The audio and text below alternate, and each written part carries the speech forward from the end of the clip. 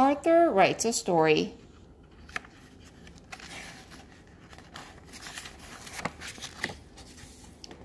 Arthur's teacher, Mr. Ratburn, explained the homework. What should the story be about? Arthur asked. Anything, Mr. Ratburn said. Write about something that is important to you. Arthur started his story the minute he got home. He knew exactly what he wanted to write about. How I got my puppy pal.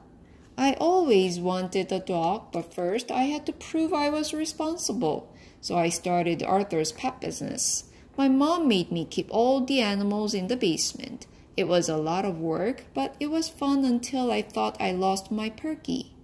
But then I found her and she had 3 puppies, and I got to keep one of them. That's how I got my dog pal. The end. Arthur read his story to D.W. That's boring story, D.W. said. Does it have to be real life? Because your life is so dull. I don't want to write about a boring story, said Arthur. If it were me, D.W. suggested, I would make the story about getting an elephant. The next day, Arthur read his new story to Buster. Did you like the part about the elephant puppies? He asked. It's okay, I guess, said Buster. I'm writing a cool story about outer space. Maybe my story should take place on the moon, thought Arthur. On Wednesday, Arthur read his newest story to the brain. Scientifically speaking, elephants would weigh less on the moon, but wouldn't float that high, said the brain. So you don't like it? Asked Arthur. A good story should be well researched, said the brain, like mine. If I had a pet stegosaurus in the Jurassic period. Arthur hurried to the library. What are all those books for? Asked Francine. Research, said Arthur. I'm writing about my pet 5-toed mammal of the genus Loxodonta. You're what? Asked Francine. My elephant, Arthur explained. Oh, said Francine. I'm putting jokes in my story. All through dinner, Arthur worried about his story. Please pass the corn, asked Father. Corn, that's it, said Arthur. Purple corn and blue elephants on planet Schmelafint.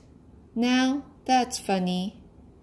Arthur is acting weirder than usual, said D.W.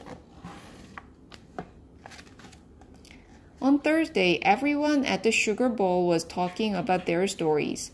Last year, a kid wrote a country western song for her story, said Prunella, and she got an A+. How do you know? Asked Arthur.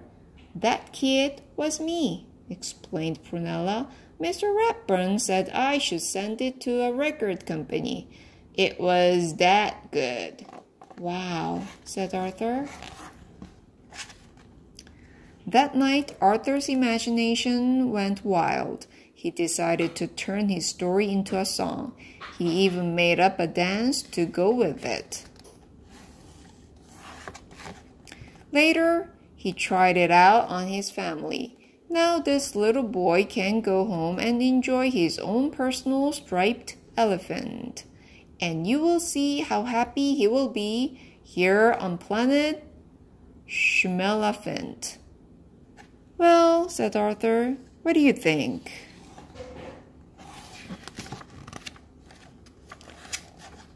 Mother and Father smiled.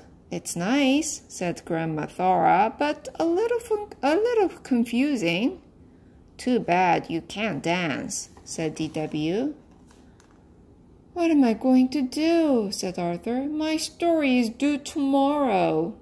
That night, Arthur didn't sleep very well.